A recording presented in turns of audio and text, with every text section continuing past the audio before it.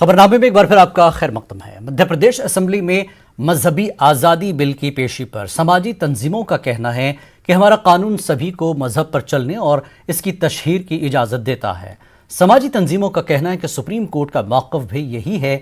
ऐसे में रियासत को यह हक नहीं बनता कि वो इन मामलों पर नए क़वानीन वज़ा करें।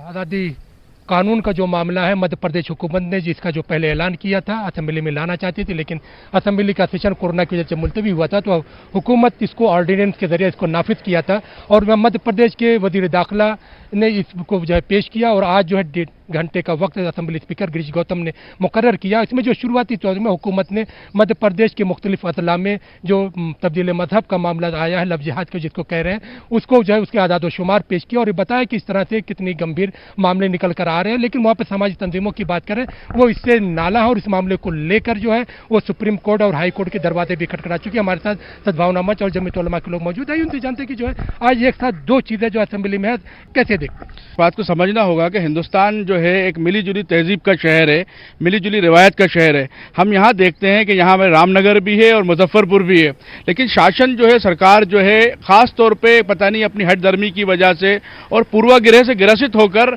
ये काम कर रहे हैं कि जो मुसलमानों से ताल्लुक़ रखने वाले जो नाम हैं उनको बार बार निशाना बनाया जा रहा है। और